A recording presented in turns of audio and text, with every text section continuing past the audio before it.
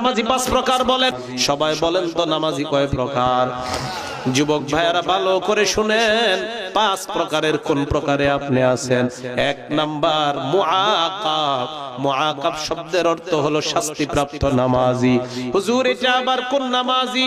যেই নামাজি মাঝে মাঝে মসজিদে যায়, জুমার দিন মসজিদে যায়, যেই মাত্র খতিব সাহেব বলে ফাজকুরুনি আযকুরকুম ওয়াশকুরুলি ওয়ালা তাকফুরুন, দৌড় দিয়া গিয়া কাতারে দাঁড়ায়।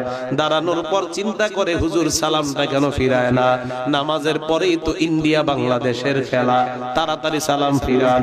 যেই মাত্র খতিবের সালাম ফিরাইতে দেরি হয়, মসজিদে দেখবেন কাশির আওয়াজ বেড়ে যায়। কাশির আওয়াজ, এই কাশি কিন্তু গলার কাশি না, এই কাশি মানে হুজুর তাড়াতাড়ি নামাজ শেষ করেন।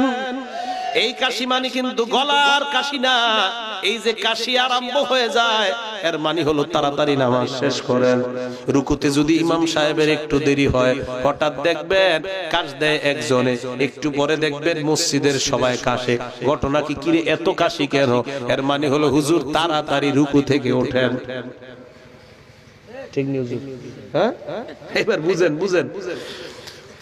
শাস্তিপ্রাপ্ত নামাজি নামাজে মাঝে মাঝে আসে, আসার পর নামাজে মন থাকে না, কোন মতে নামাজে দাঁড়ায়, তাড়াতাড়ি বের হয়ে যায়।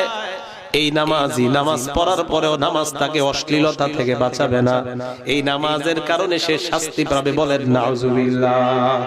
তাহলে এক শ্রেণীর নামাজি আমরা পাইলাম, যেই নামাজি নামাজ পড়ার পরেও চুরি থেকে তারে বাঁচাবে না।